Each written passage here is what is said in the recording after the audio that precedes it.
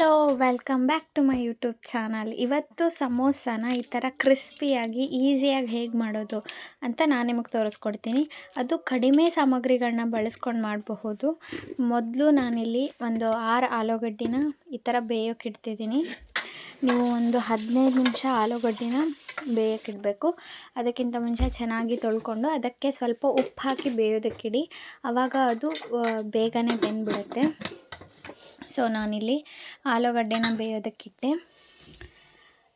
Next ನಾನಿಲ್ಲಿ ಹಿಟ್ಟು ಕಲಿಸ್ಕೊತಿದ್ದೀನಿ. ಇವಾಗ ಹಿಟ್ಟು ಕಲಿಸ್ಕೋಬೇಕಾದ್ರೆ ನೀವು 1-2 ಚಮಚ ಹಿಟ್ಟನ್ನು ಸಪ್ರೇಟಾಗಿ ತೆಗೆದಿಟ್ಕೊಳ್ಳಿ. ಬಿಕಾಸ್ ಅದೇನಕ್ಕೆ ಯೂಸ್ ಅಂತ ನಾನು ಮುಂದೆ ಹೇಳ್ತೀನಿ. ನಾನಿಲ್ಲಿ ಮೈದಾ ಹಿಟ್ಟು ತೊಗೊಂಡಿದ್ದೀನಿ.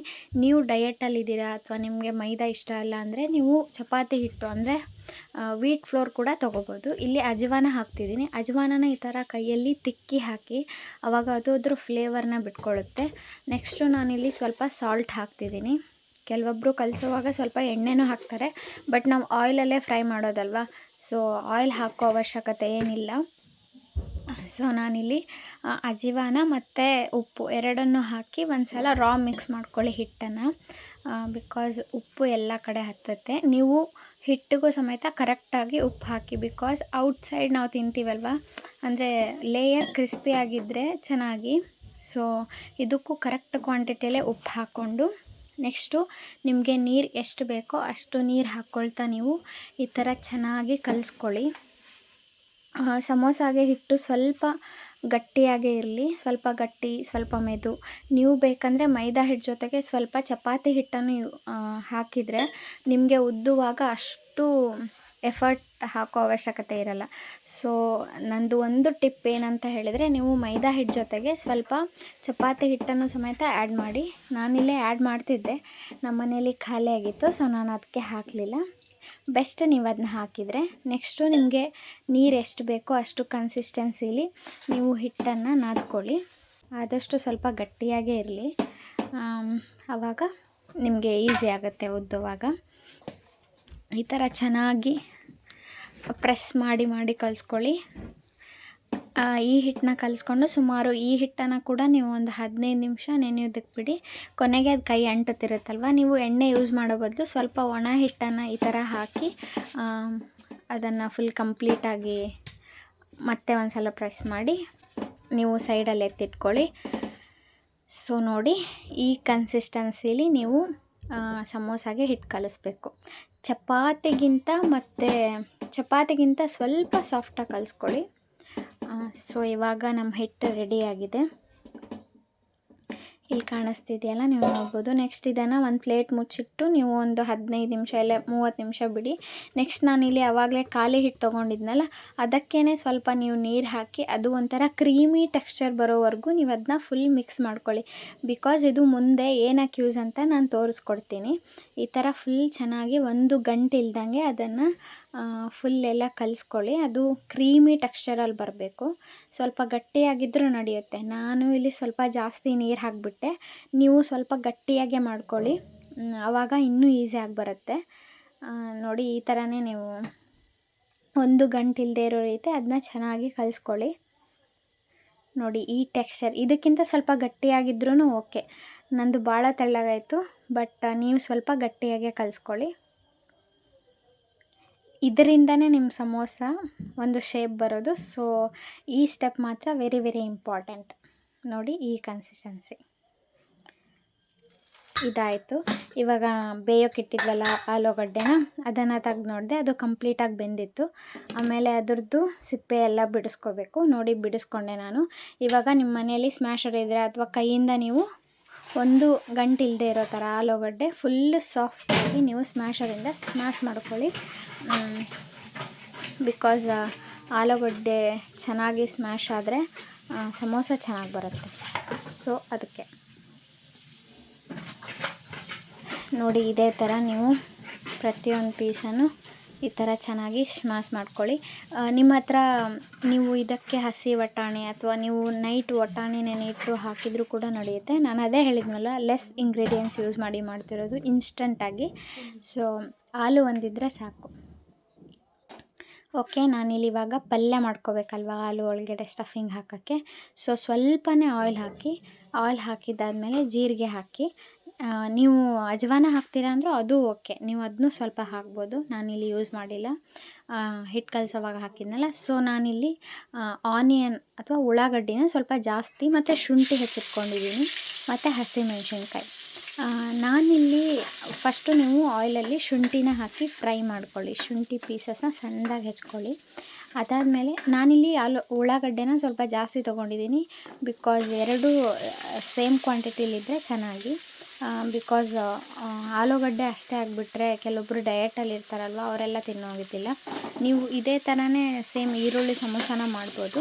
ನೀವು ಆಲೂಗಡ್ಡೆ ಯೂಸ್ ಮಾಡಬಹುದು, ಇದೇ ಥರ ಈರುಳ್ಳಿನ ಜಾಸ್ತಿ ಹಾಕಿ ಫ್ರೈ ಮಾಡಿ ಇದನ್ನು ಕೂಡ ಸ್ಟಫಿಂಗಲ್ಲಿ ಹಾಕ್ಬೋದು. ನೋಡಿ, ಫಸ್ಟ್ ಇಲ್ಲಿ ನಾನು ಉಳ್ಳಾಗಡ್ಡಿನ ಸ್ವಲ್ಪ ಉದ್ದುದ್ದಾಗಿ ಹೆಚ್ಕೊಂಡಿದ್ದೀನಿ. ಅದು ಎಣ್ಣೆಲಿ ಹಾಕಿ ಫ್ರೈ ಮಾಡುವಾಗ ಒಂದೊಂದೇ ಎಳೆ ಬಿಟ್ಕೊಳ್ತಾ ಬರುತ್ತೆ. ಇಲ್ಲಿ ಕಾಣಿಸ್ತಿದೆಯಲ್ಲ, ಈ ಥರ ನೋಡಿ. ಇದು ಫುಲ್ ಕೆಂಪಗಾಗೋವರೆಗೂ ನೀವು ರೋಸ್ಟ್ ಮಾಡಿ ಇದೇ ಥರ ಹುರಿತಾ ಇರಿ. ನೆಕ್ಸ್ಟು ನಿಮಗೆ ಖಾರಕ್ಕೆ ಎಷ್ಟು ಮೆಣಸಿನ್ಕಾಯಿ ಬೇಕೋ ನೀವು ಅಷ್ಟು ಹೆಚ್ಚಿಟ್ಕೊಳ್ಳಿ. ಸೊ ನಾನಲ್ಲಿ ಒಂದು 5-6 ಮೆಣಸಿನ್ಕಾಯಿನ ಹೆಚ್ಚಿಟ್ಕೊಂಡಿದ್ದೀನಿ. ಈ ಥರ ನೀವು ಉಳ್ಳಾಗಡ್ಡಿನ ಫುಲ್ ರೋಸ್ಟ್ ಅಂದರೆ ರೆಡ್ ಆಗೋವರೆಗೂ ಫ್ರೈ ಮಾಡಿ, ಅಂದರೆ ಕಂಪ್ಲೀಟಾಗಿ ಬೇಯಬೇಕು, ಹಸಿ ವಾಸನೆ ಎಲ್ಲ ಹೋಗಿ. ಸೊ ಆ ಥರ ನೀವು ಅದನ್ನು ಫ್ರೈ ಮಾಡ್ಕೊಳ್ಳಿ. ನಾನಿಲ್ಲಿ ವಿಡಿಯೋದಲ್ಲಿ ತೋರಿಸಿದ್ದೇನಲ್ವ, ಇದೇ ಥರ. ನೆಕ್ಸ್ಟು ನಾನಿವಾಗ ಇಲ್ಲಿ ಇದು 1/2% ಬೆಂದಿದೆ ಅಂದಾಗ ನಾನಿಲ್ಲಿ ಹೆಚ್ಚಿಟ್ಕೊಂಡಿದ್ನಲ್ವ ಮೆಣಸಿನ್ಕಾಯಿ, ಅದನ್ನು ಹಾಕ್ತಿದ್ದೀನಿ. ನೀವು ಹಾಫ್ ಇದ್ದಾಗಲೇ ಹಾಕಿದರೆ ಅದು ಖಾರ ಚೆನ್ನಾಗಿ ಬಿಟ್ಕೊಳ್ಳುತ್ತೆ.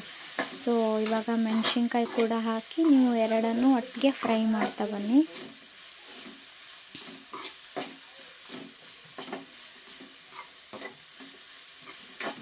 ಸೊ ಇದೇ ಥರ ನೀವು ಅದು ಬೇಯೋವರೆಗೂ ಕಂಪ್ಲೀಟಾಗಿ ಫ್ರೈ ಮಾಡಿ. ಇದಕ್ಕೂ ಕೂಡ ನಾನು ತುಂಬ ಕಡಿಮೆ ಇಂಗ್ರೀಡಿಯೆಂಟ್ಸ್ನ ಯೂಸ್ ಮಾಡಿದ್ದೀನಿ. ಸೊ ನೀವು ಎಲ್ಲ ಸಿಂಪಲಾಗಿ ಮಾಡ್ಕೊಳ್ಳಿ, ತೀರಾ ಏನು ಅವಶ್ಯಕತೆ ಇಲ್ಲ. ಇದಕ್ಕೆ ನಾನಿವಾಗ ಉಳ್ಳಾಗಡ್ಡಿ ಬೇಯಲಿ ಅಂತ ಹೇಳಿ ನಾನು ಸ್ವಲ್ಪ ಸಾಲ್ಟ್ ಹಾಕಿದೆ.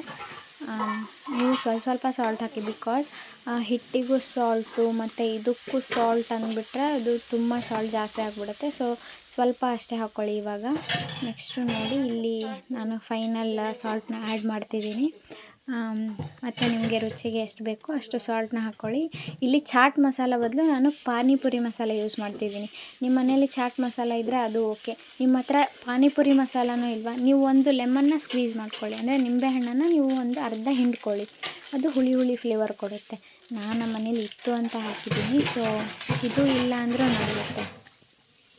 ಇದನ್ನು ಹಾಕಿ ಚೆನ್ನಾಗಿ ಮಿಕ್ಸ್ ಮಾಡ್ಕೊಳ್ಳಿ. ಖಾರ ಯಾರಿಗಾದ್ರೂ ಜಾಸ್ತಿ ಬೇಕು ಅಂತ ಹೇಳಿದರೆ ಸ್ವಲ್ಪ ಪೆಪ್ಪರ್ ಪೌಡ್ರ್ ಯೂಸ್ ಮಾಡಿ. ಅದರ್ವೈಸ್ ನಿಮಗೆ ಬೇಡ ಅಂದರೆ ಅದು ನೆಸೆಸಿಟಿ ಇಲ್ಲ. ಬಟ್ ನನ್ನ ಹತ್ರ ಇತ್ತು ಅಂತ ಹಾಕಿದ್ದೀನಿ, ನೀವು ಇಲ್ಲ ಅಂದರೆ ತಲೆನೇ ಕೆಡಿಸ್ಕೊಬೇಡಿ, ಅವಶ್ಯಕತೆಯೇ ಇಲ್ಲ. ನಾನಿಲ್ಲಿ ಸ್ವಲ್ಪ ಪೆಪ್ಪರ್ ಪೌಡ್ರ್ ಹಾಕ್ಕೊಂಡಿದ್ದೀನಿ. ಅಥವಾ ನಿಮ್ಮ ಹತ್ರ ಕರಿಮೆಣಸು ಇರುತ್ತಲ್ವ, ಆವಾಗಲೇ ಒಂದು ಸ್ವಲ್ಪ ಜಜ್ಜಿ ನೀವು ಹಾಕ್ಬೋದು, ಅದು ಕೂಡ ಓಕೆ. ನೀವು ಪುಡಿನೇ ತರಬೇಕು ಅಂತೇನಿಲ್ಲ, ನಿಮ್ಮ ಮನೇಲಿದ್ದರೆ ನೀವು ಕುಟ್ಟಿ ಕೂಡ ಹಾಕ್ಬೋದು. ಅದನ್ನು ಹಾಕಿದರೆ ಖಾರ ಸ್ವಲ್ಪ ಚೆನ್ನಾಗಿ ಬರುತ್ತೆ. ಇವೆರಡನ್ನು ಹಾಕಿ ಮತ್ತು ನಾವು ಮ್ಯಾಶ್ ಮಾಡಿಟ್ಕೊಂಡಿದ್ವಲ್ಲ ಆಲೂಗಡ್ಡೆನ, ಅದನ್ನು ಕೂಡ ಹಾಕಿ ನೀವು, ನಾನು ತುಂಬ ಹೊತ್ತಾಗಿತ್ತಲ್ವ ಸ್ಮ್ಯಾಶ್ ಮಾಡಿ, ಅದಕ್ಕೆ ಅದು ಫುಲ್ಲು ಗಟ್ಟಿಯಾಗಿಬಿಟ್ಟಿತ್ತು. ಇವಾಗ ನೀವು ಸ್ಮ್ಯಾಶ್ ಮಾಡಿರೋ ಆಲೂಗಡ್ಡೆನ ಹಾಕಿ ಎಲ್ಲನೂ ಚೆನ್ನಾಗಿ ಹೊಂದ್ಕೊಳ್ಳೋ ಥರ ಮಿಕ್ಸ್ ಮಾಡಿ. ಇಷ್ಟೇ, ಚೆನ್ನಾಗಿ ಮಿಕ್ಸ್ ಮಾಡಿಬಿಟ್ರೆ ನಿಮ್ಮದು ಸಮೋಸ ಒಳಗಡೆ ಸಮೋಸಾಗೆ ಹಾಕ್ತೀವಲ್ವ ಸ್ಟಫಿಂಗು, ಅದು ರೆಡಿ. ಇಷ್ಟೇ ಸಿಂಪಲಾಗಿ ಮಾಡಿ, ಬೇರೆ ಯಾವ ಇಂಗ್ರೀಡಿಯೆಂಟ್ಸು ನೀವು ಹಾಕಬೇಡಿ. ಎಷ್ಟು ಚೆನ್ನಾಗಿ ಬರುತ್ತೆ ಗೊತ್ತಾ ಸಮೋಸ, ಇಷ್ಟು ಸಿಂಪಲ್ಲಾಗಿದ್ದರೆ. ನಿಮ್ಮ ಹತ್ರ ಇದ್ದರೆ ನೀವು ಆ ಮಸಾಲೆ ಈ ಮಸಾಲೆ ಆ್ಯಡ್ ಮಾಡ್ಬೋದು. ಬಟ್ ನಾನಿಲ್ಲಿ ತುಂಬ ಸಿಂಪಲಾಗಿ ತೋರಿಸ್ತಿದ್ದೀನಿ, ಬಿಕಾಸ್ ಕೆಲವೊಬ್ಬರು ಬೇಗ ಆಗಲಿ ಅಂತ ಇರ್ತಾರಲ್ವ, ಸಡನ್ ಕ್ರೇವಿಂಗ್ಸಿಗೆ. ಸೊ ಇದು ಬೆಸ್ಟ್ ಆಪ್ಷನ್. ನೋಡಿ, ನಾನೆಲ್ಲ ಚೆನ್ನಾಗಿ ಮಿಕ್ಸ್ ಮಾಡಿಕೊಂಡೆ. ಇವಾಗ ಸ್ಟಫಿಂಗ್ ರೆಡಿ. ಇಷ್ಟೇ ಸಿಂಪಲ್. ನೆಕ್ಸ್ಟು ಇದಾದಮೇಲೆ ಇದೇ ಥರ ಚೆನ್ನಾಗಿ ಮಿಕ್ಸ್ ಮಾಡ್ಕೊಂಡ್ರಿ ಅಲ್ವಾ, ಇದು ಕಂಪ್ಲೀಟಾಗಾಯಿತು. ಇದನ್ನು ಆರೋದಕ್ಕೆ ಬಿಡಿ. ನೆಕ್ಸ್ಟು ನಾನಿಲ್ಲಿ ಹಿಟ್ಟನ್ನು ಕಲಸಿ ಬಿಟ್ಟಿದ್ವಲ್ವ, ಅದು ಚೆನ್ನಾಗಿ ನೆಂದಿದೆ. ಈ ಥರ ನಾನು ಸಣ್ಣ ಉಳ್ಳೆಗಳನ್ನ ತೊಗೊಂಡಿದ್ದೀನಿ. ಇವಾಗ ಇದನ್ನ ತೆಳ್ಳಗೆ ಉದ್ಕೊಳ್ಳಿ. ನಾನು ಮೈದಾ ಹಿಟ್ಟು ಅಷ್ಟೇ ತೊಗೊಂಡಿದ್ದೆ ಅಲ್ವ, ನನಗೆ ಉದ್ದಕ್ಕೆ ಭಾಳ ಕಷ್ಟ ಆಯಿತು. ಅದು ಅದು ಮೈದಾ ಹಿಟ್ಟು ಹಿಗ್ಗೋದೇ ಇಲ್ವಲ್ಲ, ಸೊ ಅದಕ್ಕೆ. ಸೊ ನೀವು ಈ ಥರ ಫುಲ್ ತೆಳ್ಳಗೆ ಅದನ್ನ ಲಟ್ಟಿಸ್ತಾ ಬನ್ನಿ. ಅದಕ್ಕೆ ಹೇಳಿದ್ದು, ನೀವು ಸ್ವಲ್ಪ ಚಪಾತಿ ಹಿಟ್ಟನ್ನ ಮಿಕ್ಸ್ ಮಾಡಿದರೆ ಉದ್ದೋದಕ್ಕೆ ಎಷ್ಟೊಂದು ಕಷ್ಟ ಆಗಲ್ಲ. ಸೊ ಇದನ್ನು ನಿಮ್ಮ ಕೈಲಿ ಎಷ್ಟು ತೆಳ್ಳಗಾಗುತ್ತೋ ಅಷ್ಟು ತೆಳ್ಳಗೆ ಲಟ್ಟಿಸ್ತಾ ಬನ್ನಿ.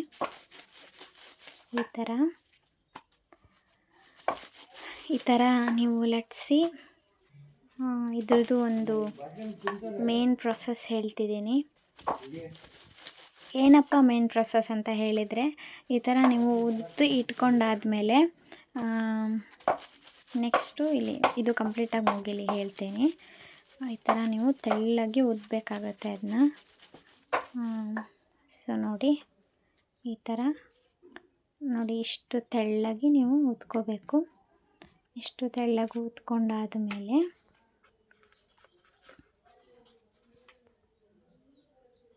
ನಾನು ಒಂದಿಷ್ಟು ಉದ್ದಿಟ್ಕೊಂಡಿದ್ದೀನಿ. ನಿಮಗೆ ಈಸಿ ಆಗಲಿ ಅಂತ ನಾನು ಇನ್ನೊಂದನ್ನು ತೋರಿಸ್ತಿದ್ದೀನಿ. ಈ ಥರ ನೀವು ಎಲ್ಲನೂ ಉದ್ದಿ ಇಟ್ಕೊಳ್ಳಿ.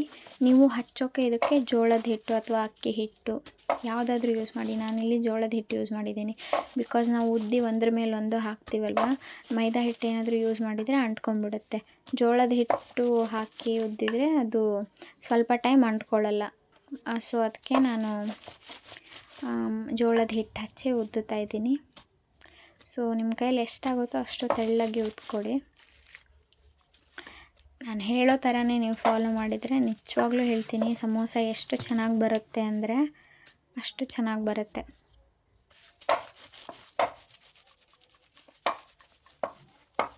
ಈ ಥರ ನೀವು ಉದ್ದಿ ನೋಡಿ, ಇಷ್ಟೇ. ಇವಾಗ ನಾನು ಚಪಾತಿ ಬೇಯಿಸೋಕೊಂದು ಪ್ಯಾನ್ ಇರುತ್ತಲ್ವ, ಅದನ್ನು ಒಲೆ ಮೇಲಿಟ್ಟು ಆನ್ ಮಾಡಿದ್ದೀನಿ ಗ್ಯಾಸ್ನ.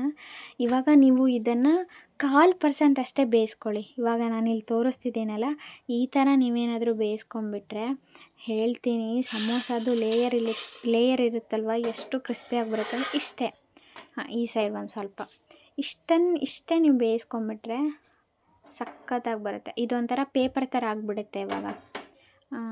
ಸೊ ನಾನು ನಿಮಗೆ ತೋರಿಸ್ತೀನಿ. ಇವಾಗ ಇದು ಪೇಪರ್ ಥರ ಆಗುತ್ತೆ. ಸೊ ಅವಾಗ ನಿಮಗೆ ಸ್ಟಫಿಂಗ್ ಎಲ್ಲ ಹಾಕಿ ಎಣ್ಣೆಲಿ ಫ್ರೈ ಮಾಡಿದಾಗ ಫುಲ್ ಕ್ರಿಸ್ಪಿಯಾಗಿ ಬರುತ್ತೆ. ನೀವು ಹಾಗೆ ಇದು ಮಾಡಿದರೆ ಅದು ಕ್ರಿಸ್ಪಿಯಾಗಿ ಬರಲ್ಲ. ನೋಡಿ, ಇಲ್ಲಿ ತೋರಿಸಿದ್ದೀನಿ. ಬೇಕಾದ್ರೆ ನೀವು ಈ ಥರ ಅದನ್ನು ಮಡಚಿದ್ರೂ ಕೂಡ ಅದೇನೂ ಆಗೋಲ್ಲ. ಸೊ ಈ ಥರ ಪೇಪರ್ ಆಗಿಬಿಡುತ್ತೆ. ಇದೇ ಸೀಕ್ರೆಟ್.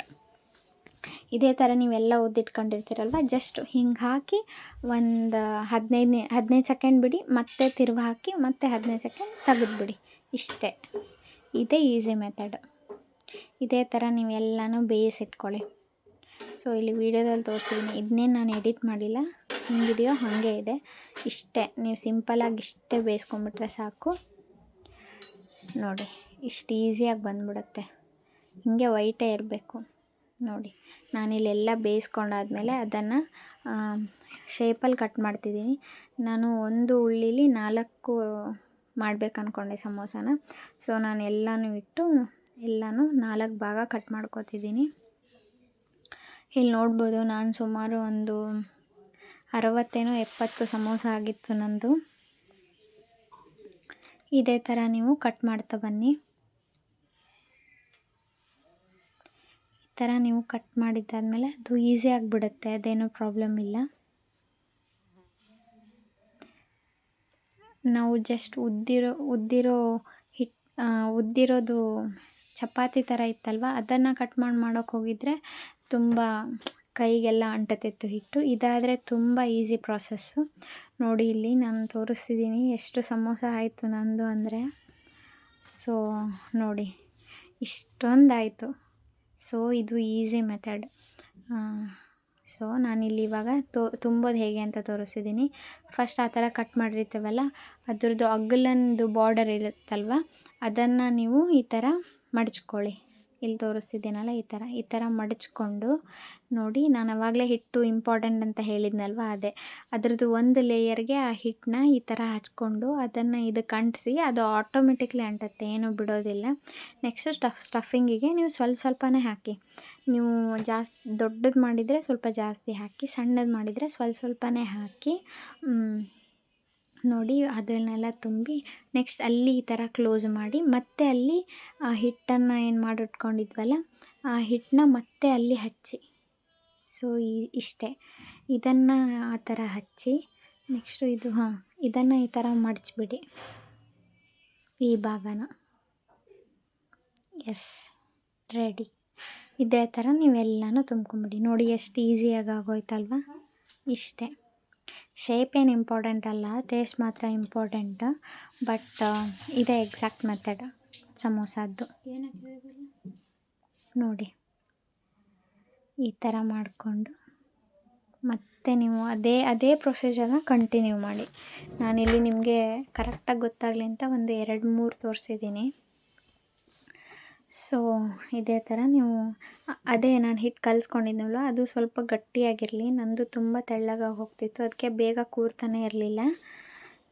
ಬಟ್ ನೀವು ಹಾಗೆ ಮಾಡ್ಕೊಬೇಡಿ, ಸ್ವಲ್ಪ ಕ್ರೀಮಿಗಿಂತ ಸ್ವಲ್ಪ ಗಟ್ಟಿ ಟೆಕ್ಸ್ಚರಲ್ಲೇ ಇದ್ದರೆ ಇನ್ನೂ ಚೆನ್ನಾಗಿ ಬರುತ್ತೆ. ಎಸ್, ಇದೇ ಥರ ನೋಡಿ ಎಷ್ಟು ಈಸಿಯಾಗಿ ಬರ್ತಿದೆ ಅಲ್ವಾ. ಇದೇ ಥರ ನೀವೆಲ್ಲನೂ ತುಂಬ್ಕೊಳ್ಳಿ. ನಾನು ಮಾಡಿದ್ನಲ್ವ ಆಲೂಗಡ್ಡೆ ಸ್ಟಫಿಂಗ್, ನಾನು ಮಾಡಿರೋ ಅಷ್ಟು ಸಮೋಸಾಗೆ ಅದು ಕರೆಕ್ಟಾಗಾಯಿತು. ಸೊ ನೀವು ಇಷ್ಟಿಷ್ಟೇ ಹಾಕಿ ತುಂಬಿಕೊಂಡ್ರೆ ಚೆನ್ನಾಗಿ ಬರುತ್ತೆ.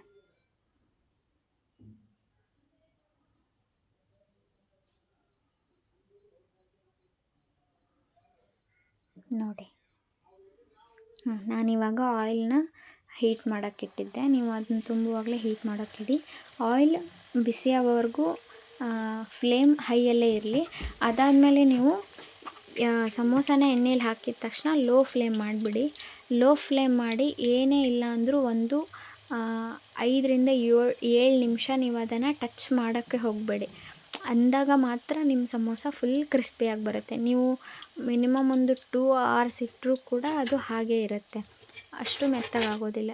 ನೀವು ಹೈ ಫ್ಲೇಮಲ್ಲಿ ಒಂದು 2-3 ಮಿನಿಟ್ಸಲ್ಲಿ ಬೇಯಿಸ್ಬಿಟ್ರೆ ಅದು ಚೆನ್ನಾಗಿ ಬರಲ್ಲ. ನಾನಿಲ್ಲಿ ಒಂದು 7 ಮಿನಿಟ್ಸ್ ಆದಮೇಲೆ ಅದನ್ನು ಮಗ್ಚಿ ಹಾಕಬೇಕು, ಆವಾಗ ಅದು ಕ್ರಿಸ್ಪಿಯಾಗಿ ಬರುತ್ತೆ. ನೋಡಿ ಈ ಥರ ಎಣ್ಣೆಯಲ್ಲಿ ಅದು ಚೆನ್ನಾಗಿ 1 ಲೇಯರ್ ಬೇಯಲಿ, ಅಲ್ಲಿವರೆಗೂ ನೀವು ಕಂಪ್ಲೀಟಾಗಿ ಬಿಟ್ಬಿಡಿ.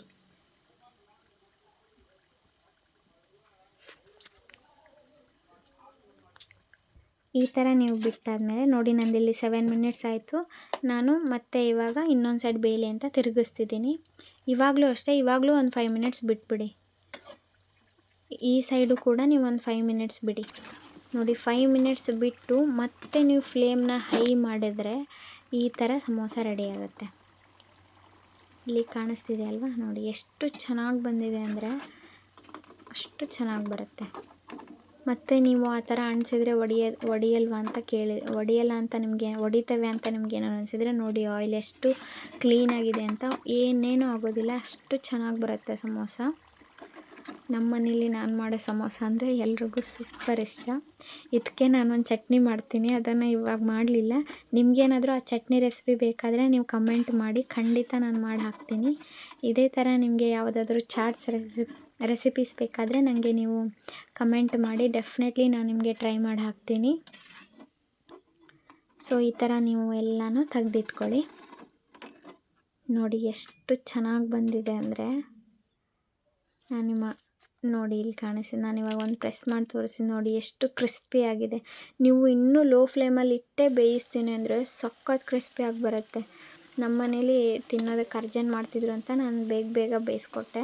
ಬಟ್ ನಿಮಗೆ ಟೈಮ್ ಇದೆ, ನೀವು ಆರಾಮಾಗಿ ಬೇಯಿಸ್ಕೊಬೋದು ಅಂದರೆ ನೀವು ಲೋ ಫ್ಲೇಮಲ್ಲಿ ಇಟ್ಟೇ ಬೇಯಿಸ್ಕೊಳ್ಳಿ ಪ್ಲೀಸ್, ಅದು ಚೆನ್ನಾಗಿ ಬರುತ್ತೆ. ನೋಡಿ ಇಷ್ಟೇ, ನಾನು ಇದನ್ನ ಹೈ ಫ್ಲೇಮಲ್ಲಿ ಇಟ್ಟು ಬೇಯಿಸಿದೆ. ಆ್ಯಕ್ಚುಲಿ ಈ ಪರ್ಟಿಕ್ಯುಲರ್ ಪೋರ್ಷನ್ ಇದೆಯಲ್ಲ ಇದು ಸ್ವಲ್ಪ ಮೆತ್ತಗೆ ಬಂದಿತ್ತು, ಬಿಕಾಸ್ ನಾನು ಹೈ ಫ್ಲೇಮಲ್ಲಿ ಬೇಯಿಸಿದ್ದು. ನೋಡಿ ಹೈ ಫ್ಲೇಮಲ್ಲಿ ಬೇಯಿಸಿದ್ರೆ ಈ ಥರ ಬೇಗ ರೆಡ್ ಆಗಿಬಿಡುತ್ತೆ. ಸೊ ಅದಕ್ಕೆ ನೀವು ಲೋ ಫ್ಲೇಮಲ್ಲೇ ಬೇಯಿಸಿ ಅಂತ ನಾನು ನಿಮಗೆ ಪ್ಲೀಸ್ ರಿಕ್ವೆಸ್ಟ್ ಮಾಡ್ತೀನಿ. ನೆಕ್ಸ್ಟ್ ನಾನು ಎಲ್ಲ ತೆಗ್ದೆ. ನೋಡಿ ಆಯಿಲ್ ಕೂಡ ಅಷ್ಟು ಇಟ್ಕೊಳ್ಳಲ್ಲ, ಚೆನ್ನಾಗಿ ಬರುತ್ತೆ. ನೋಡಿ ಎಷ್ಟು ಕ್ರಿಸ್ಪಿಯಾಗಿ ಬಂದಿದೆ ಅಲ್ವಾ.